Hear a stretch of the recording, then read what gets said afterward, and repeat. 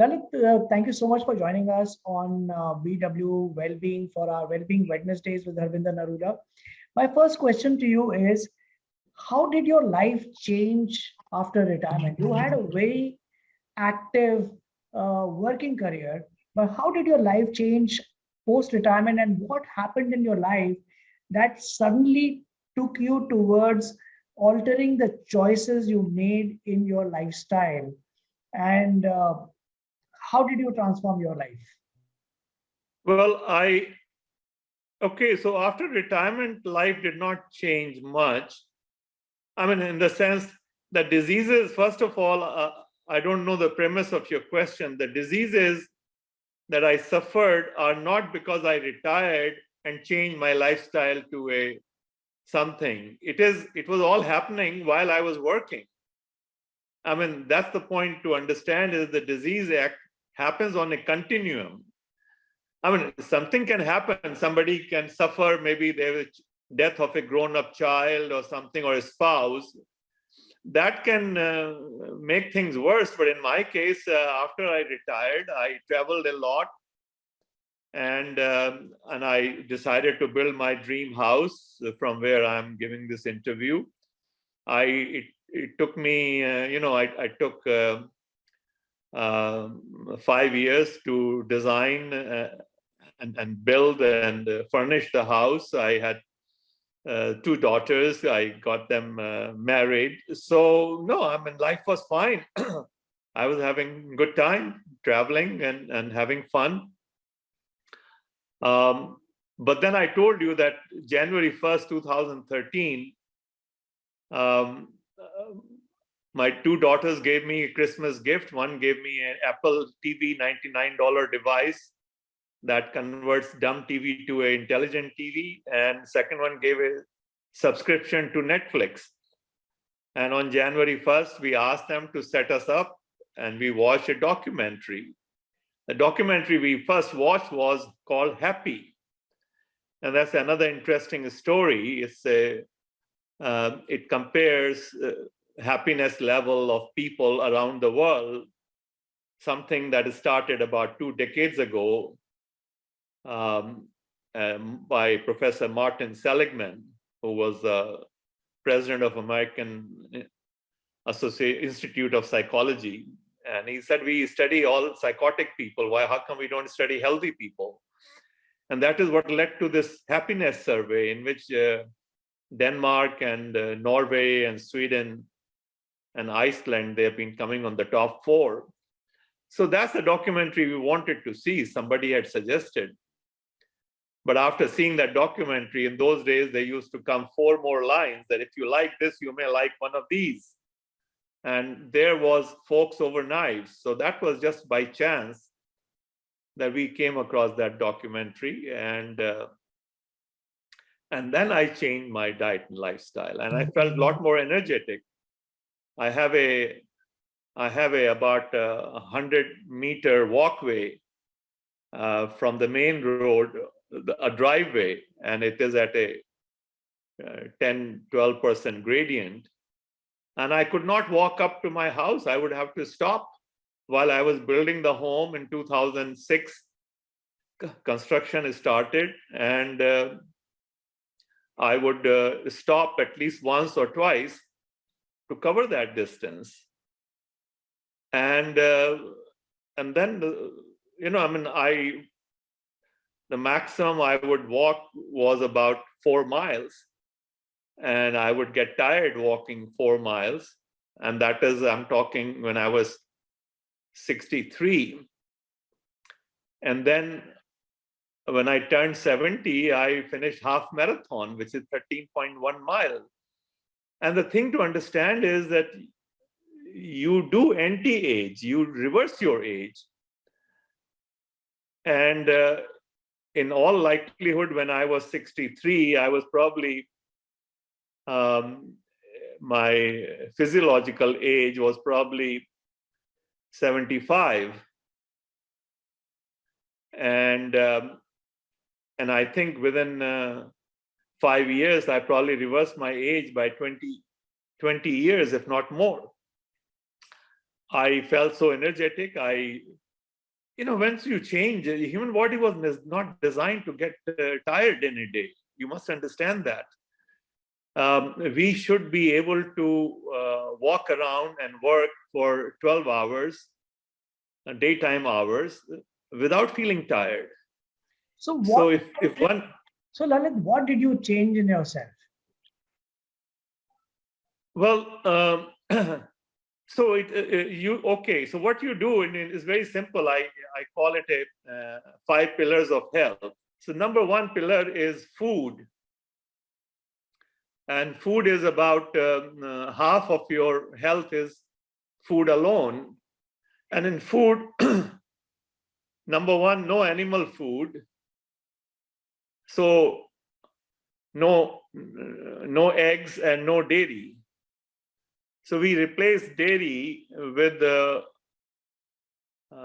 milk like almond milk or soya milk, or we use oat milk. We like oat milk. We make, you can make your own milk. It takes 2 minutes to make. So there are different milks available, which are non-dairy milk. So we got rid of dairy from and eggs and meat from our diet, number 1. Number 2, you get rid of all refined food. You eat food as it was intended and as we consume for millions of years. So by that, what I mean is that you eat sugar cane. That ganderi they sell you? You should eat ganderi, which is sugar cane, peeled sugar cane, but not sugar. Or you eat peanuts, but not peanut oil. Or you eat bhutta, corn on the cob, not corn oil or high fructose corn syrup or Kellogg corn cereal. Okay, so no refined food. And the third thing is no highly processed food. So corn flakes is highly processed food by Kellogg. In fact, a new study has come according to which corn flakes is not a healthy cereal. It does not meet even that criteria established by US. So don't eat Haldiram Namkeen. I mean, you can eat besan and everything that goes in Haldiram Namkeen, but not Haldiram Namkeen because it is fried. And it is fried in what is called Vanaspati ghee. Vanaspati ghee is hydrogenated fat, what used to be dalda in India. In the food, the worst thing is hydrogenated fat, dalda. And in America, it is called Crisco.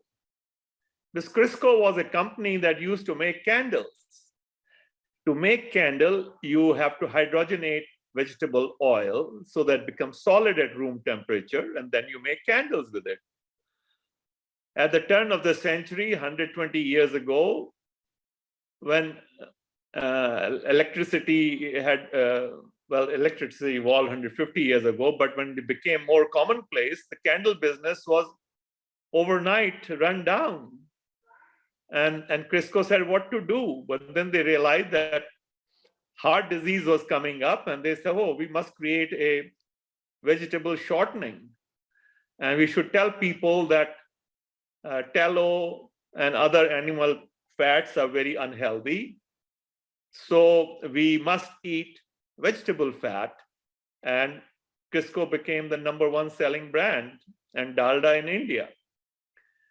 So that's all we're talking about from the food account. No animal food, no refined food, and no highly processed food. The second factor I call is detoxification, and detoxification is getting rid of toxins from your body. Of course, everybody goes to toilet and washes and takes shower. I'm not talking about that. What I'm talking is your body has dead cells and damaged cells and misfolded proteins. So these need to be eliminated. And the way we used to eliminate them was there would be days when we would not have any food, because as we were evolving, on some days you had food, some days you did not have food. You went to the wrong direction looking for food. You came back by 1 o'clock in the afternoon and there was no food. or whatever, or you ran out of the food in your community and you decided to walk another 50 miles to the next community. And for a day, you did not have food. Maybe people lived in one area for 2 weeks. When they ran out of fruits, they went to the next location. And for a day, they traveled, because within a day travel, you had already harvested all the fruits. So the next stop was more than 1 day's worth of travel. So in 2016, a Nobel Prize was given to Dr. Yoshinori, who found that when we do not get food for a day for 21, 22 hours, our body recycles food. And it recycles all the dead cells, the dead protein cells. I mean, the protein from the dead cells, from the damaged cells, from the misfolded proteins. Because when we make protein, sometimes our body makes a mirror image of a protein. That mirror image cannot function, do the job, so it just sits there. And it needs to be recycled. So when we fast for a day or day and a half, and it turns out that in Indian custom, we have a custom of Ekadashi fast, which we do on 11th day of the moon. Now, 11th day of the moon probably has less to do with it. It's just that we had a lunar calendar and it was easy to remember one particular day of the moon. So they decided on 11th day. So they fast for one full day. So you finish your dinner last night and don't eat anything today and have normal breakfast day after, which is tomorrow. So it becomes a 36-hour fast.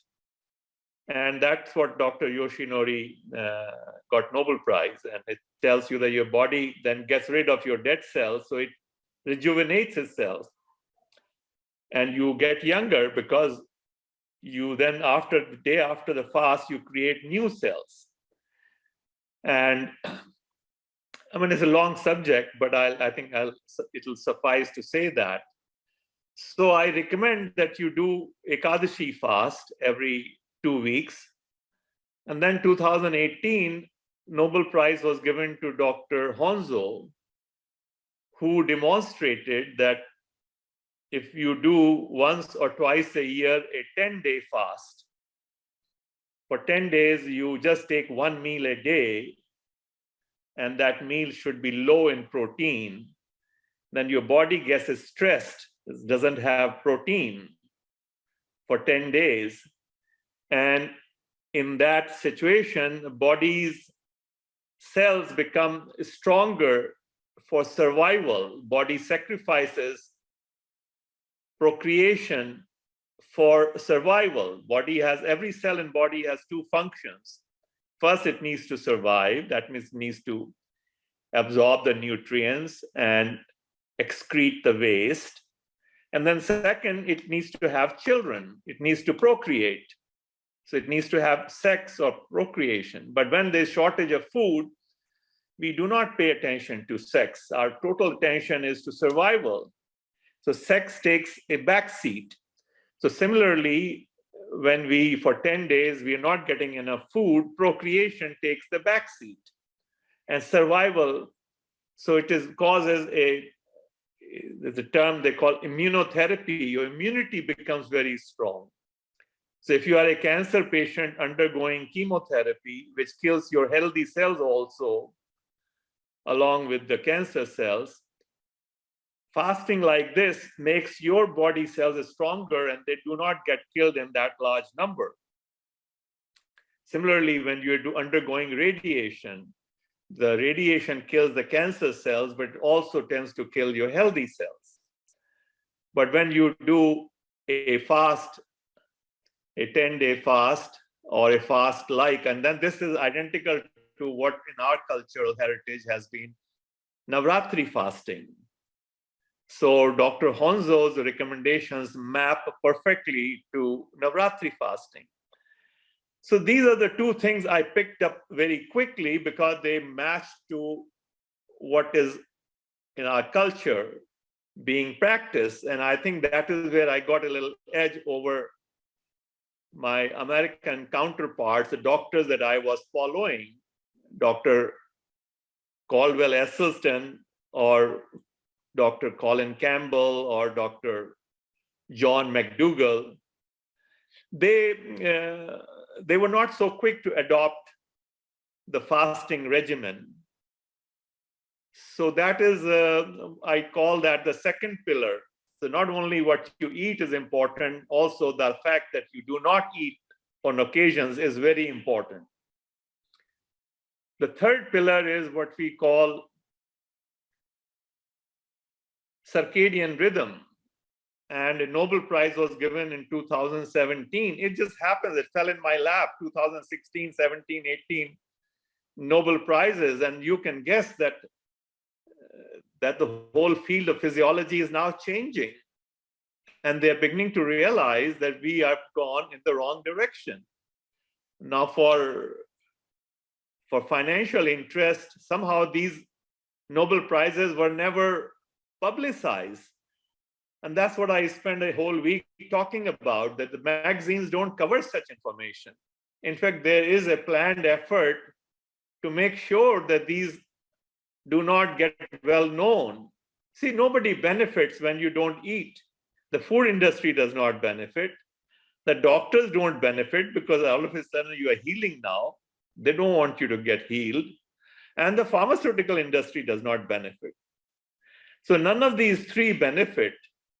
And then media only publishes what serves the interest of their clients, which is the food industry and the pharmaceutical industry.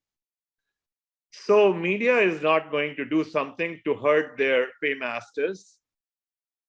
So it gets published in some small article here and there. You don't see a cover of Time talking about it, or cover of Newsweek, or whatever Indian magazines are there. I have no idea. Anyway, so the point to understand, and I normally devote the whole week in my course, that circadian rhythm plays a very important role. Every cell in human body has evolved to a 12-hour daytime and 12-hour nighttime life. And each cell releases certain hormones or creates certain hormones. So this 2017 Nobel Prize said that inside each cell, we have the nucleus. And the nucleus produces a protein called period. And they made a short form called PER, P-E-R. So that protein is made during the 12 hours of nighttime. Then in the daytime,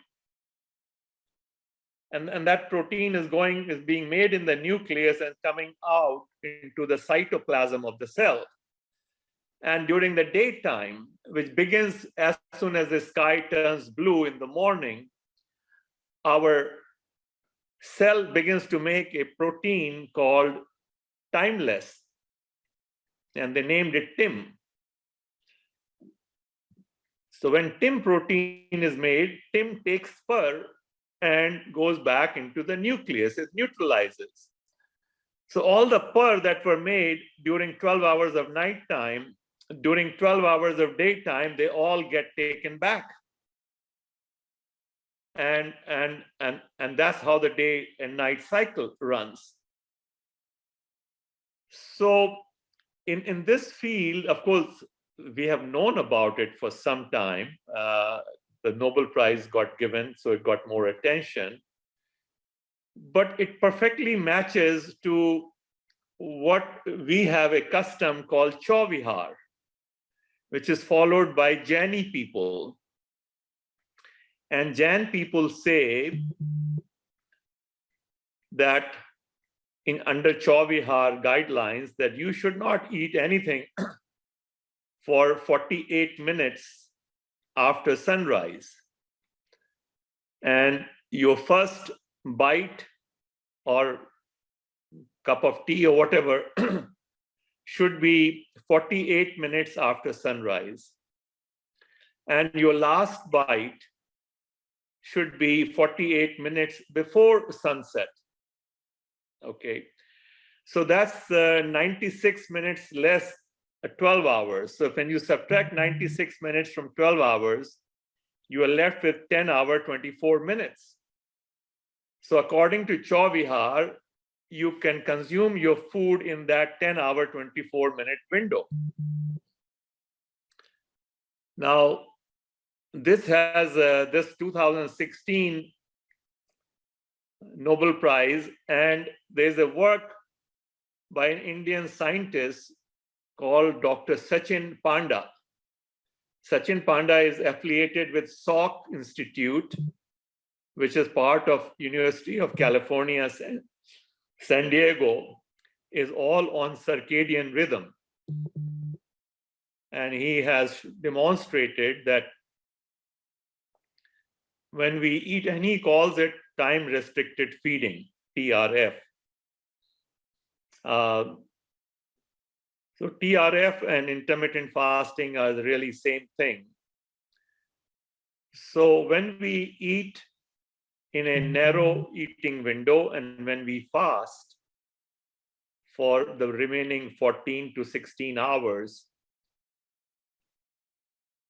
it does wonders to our body, and our diseases heal. Our body loves it. That's how our body evolved.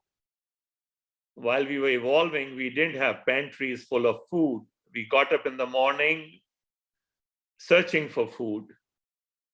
Kids and ladies to gather fruits, and maybe men for some small hunt.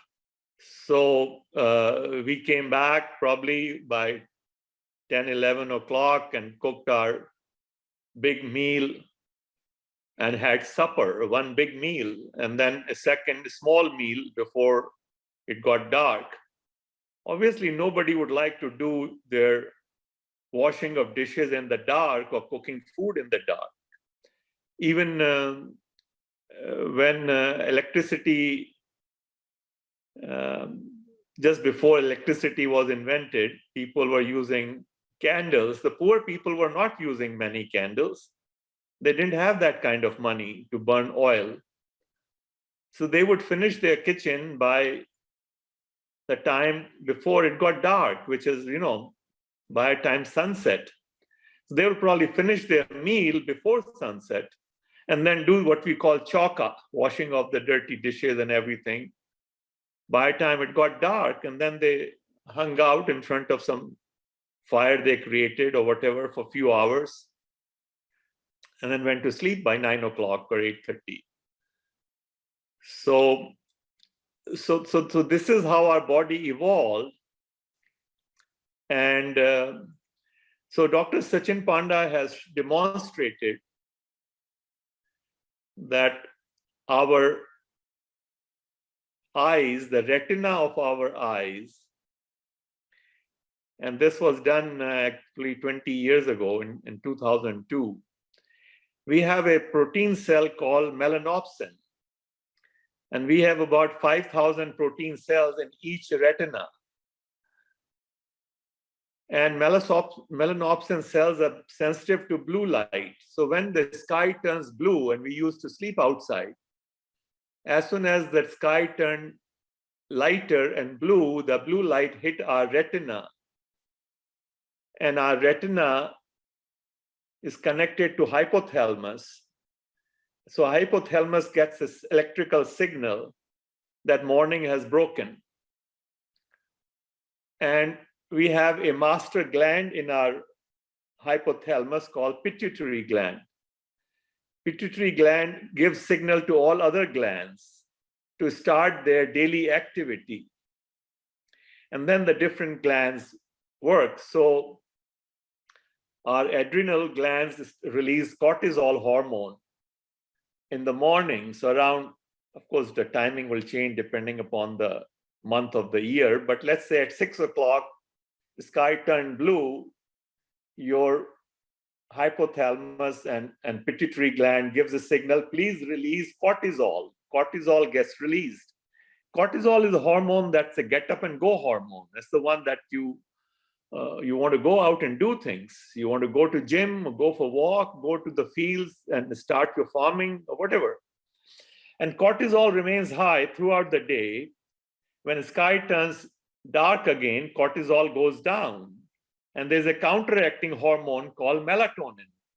Melatonin is low throughout the daytime, and in the nighttime, melatonin begins to rise. So cortisol is coming down and melatonin is rising. Now, once melatonin has risen, your body feels drowsy and sleepy, and you go to sleep. Sleep is very important because sleep is where all your short-term memories get converted into long-term memories. Just like a computer file. If you have too many folders open, you save all those files. So your cache memory can be released, and they can go into hard disk. So that's one activity. The other activity is your brain also needs to detoxify. Your body detoxifies whole day. You have a lymphatic system. And everywhere your blood is going to every cell, from every cell, what is being excreted is being collected by lymphatic system. And it is flowing and it brings it back. And you excrete it. Your body excretes as sweat or as poop or urine, whatever, okay? So the brain does not do that during daytime. The brain is called upon to be active and alert. So when you go through deep sleep cycle, during that deep sleep cycle, the brain does the flushing, and it is like a toilet flush. Brain has concentric blood vessels which have lymphatic fluids on the outside. It releases that, and then the next vessel absorbs it, so it cleans. So your metabolic waste, which is created every day, needs to be cleaned up at the night time. And that needs to happen. When that does not happen, then these metabolic waste, they clump together.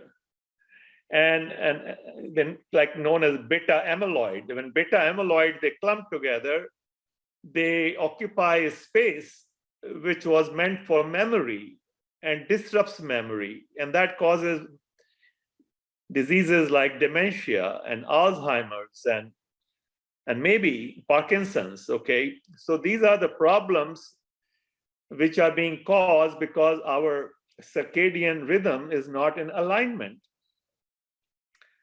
So circadian rhythm can go out of alignment, A, because you did not get up at the right time, or your bedroom had heavy drapes.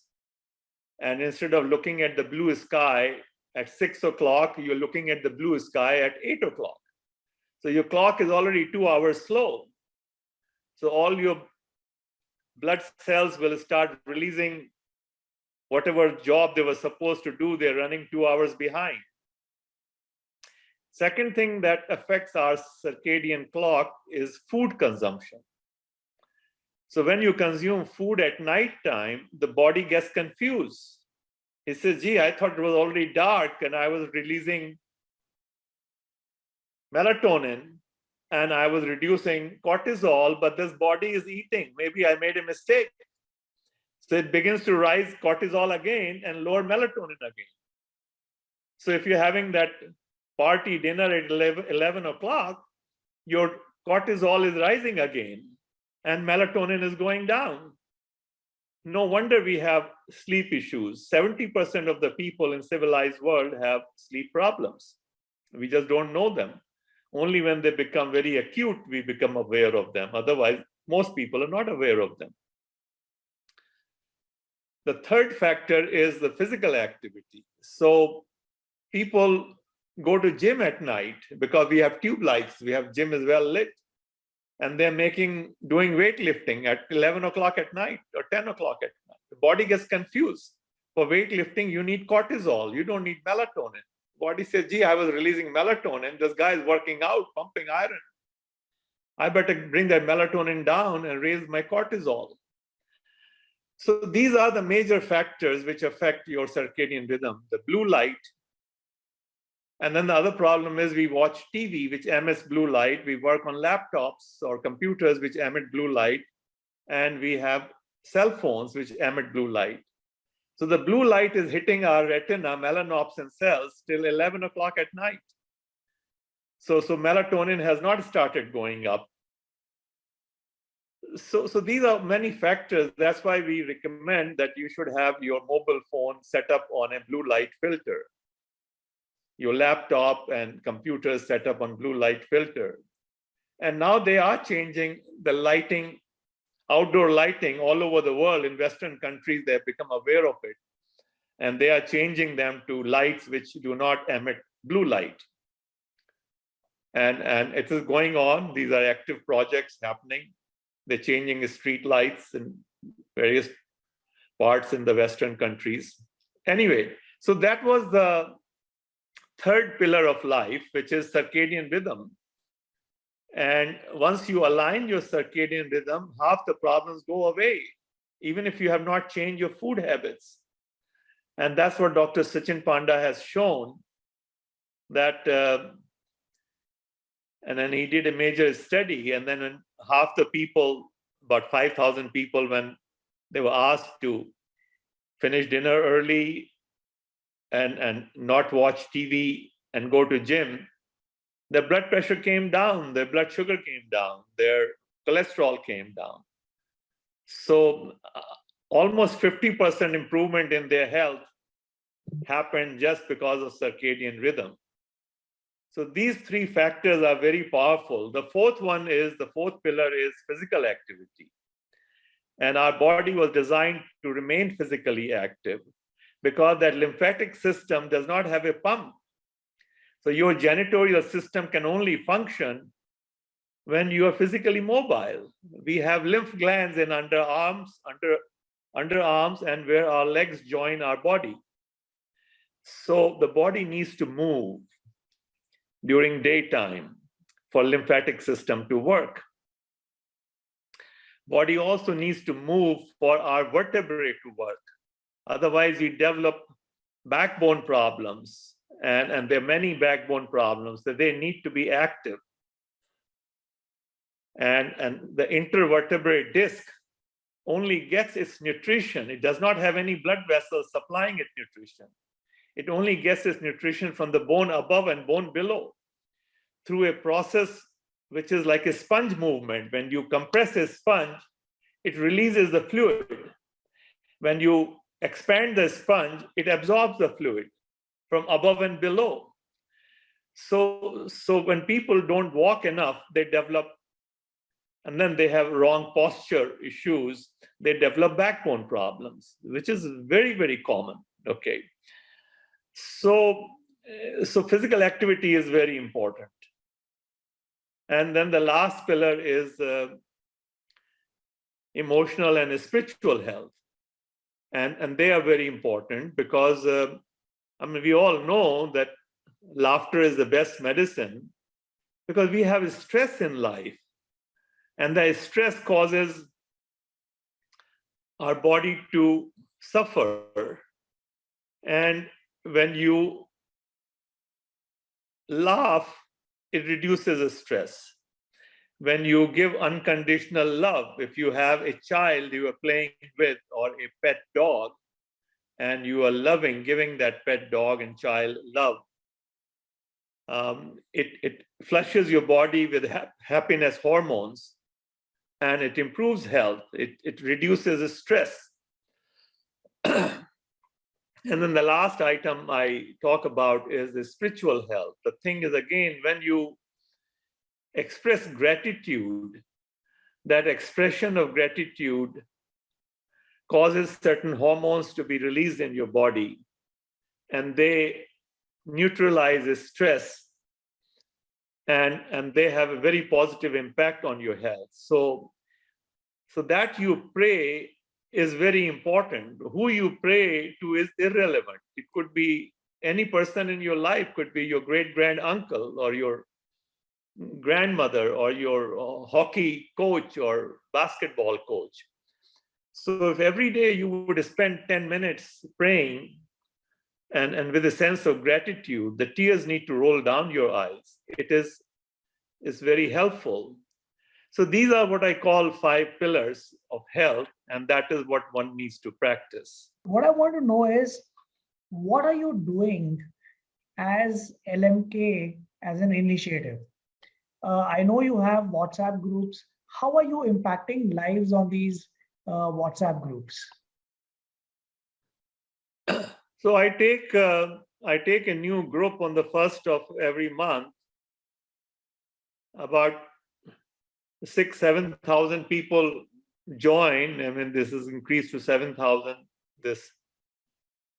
And I take them through a 2-month course. So by the time they finish the course, if they are following me, then they should be off medications. Most people, if they follow me, will get off medications by the time the course ends. So this is what I do every month. Then when they finish the course, they are asked to join a regional chapter. So if they're in Delhi, they'll join the Delhi. So we have some 40 regional chapters all over the world.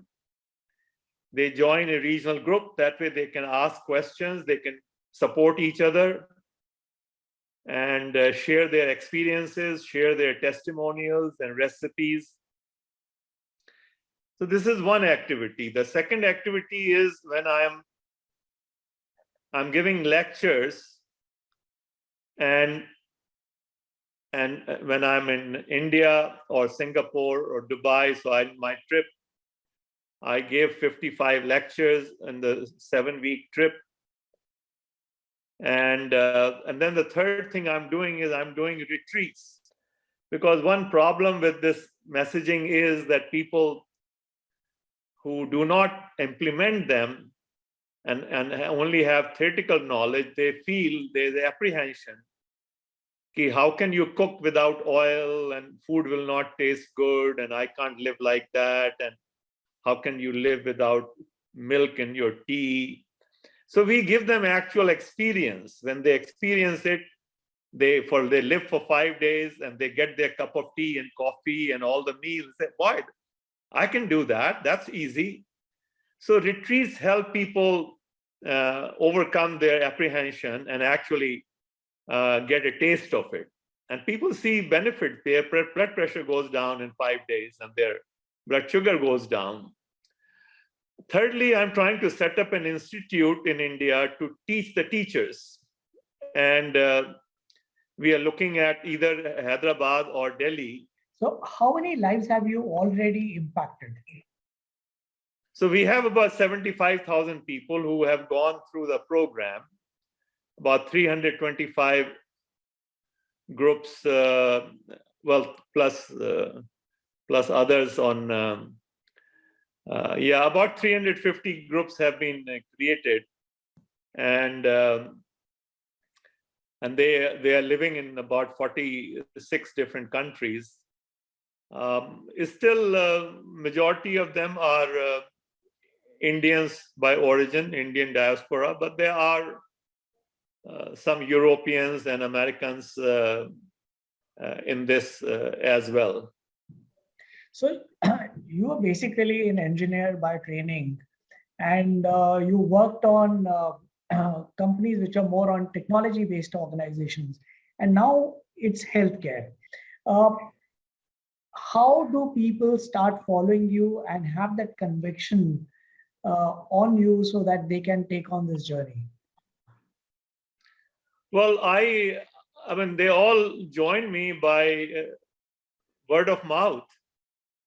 I have no other way of communicating. I just, in my existing groups, I post the next month's link, and they share it with their family and friends. So that's what we are doing. And then when I give talks, I give talk to Navy, I gave talk to Army, and these talks result in formation of a group. So I gave a talk to Power Grid, and we have a group for Power Grid. I gave a talk to Tech Mahindra. We have a Tech Mahindra group. We gave a talk to Bombay Municipal Corporation, which was requested by additional commissioner. That led to formation of a group of 250 people. I gave a talk to Indian Space Research Organization. And each talk leads to formation of a group with 200, 300 members. And then, well, now the limit has become 500. Earlier on, it used to be 256 for WhatsApp group. And then when that group finishes, then they refer more people. So it's all by word of mouth. So do they have to pay money to join your group? No, there's no charge for the group at all. They are free. Also, you and I were talking and you mentioned that cow milk is actually not good. It's carcinogenic. What is the message that you have for these people who are, putting their children onto the risk? Well, it is not my message. This message was Dr. Gopalan's message in 1967. Our National Institute of Nutrition, NIN, Hyderabad, is the premier body, and except those situations where you do not have any food available. So if you get lost on your Himalayan trek and there's no food to eat, under those situations, milking a wild buffalo and having that milk would be helpful. But for most people who are city dwellers who have enough food to eat, cow milk is very unhealthy and should be avoided. And actually, you can see the benefits within a week. Cow's milk also causes mucus formation, and it affects your breathing. A lot of people in India have breathing issues, and especially those who live in Delhi, and asthma. These are because of blockages of your bronchi and the mucus formation that causes that bronchi. So, in fact, Dr. Colin Campbell of Cornell says that the protein in cow milk is even worse than protein in lamb or goat or chicken, and definitely much worse than protein in salmon or freshwater fish. If you must eat meat, then the freshwater fish is the safest meat to eat. And when you eat that meat, make sure that you don't eat other high protein foods. So it would be good to have a tapioca as your second food item to eat. So you can have a salmon with a tapioca khichdi, can make a good meal. I would have no problem with that, because you are having a high protein item with a zero protein. So do you evangelize vegan food? No, vegan food can be very unhealthy. The vegan people die at the same rate as vegetarian people, who die at the same rate as non-vegetarian people. The mortality data shows that there's no advantage in terms of their lifespan and mortality. Because as you become from non-vegetarian to vegetarian, you start consuming more milk and oil and sugar. And as you turn from being vegetarian to vegan, you start consuming even more oil and sugar. Because food has to be made tasty, and they use oil and sugar to make it tasty. So eating potato chips and drinking Coke is a vegan diet, and I would never recommend that. So if you want to use the word vegan, then you have to call it whole food vegan. Lalit, thank you so much for joining us all the way from US. I'm sure all the information that you've shared with us will be absolutely useful for each person who watches this interaction. Thank you so much. All right. Thank you so much. Okay. Bye-bye.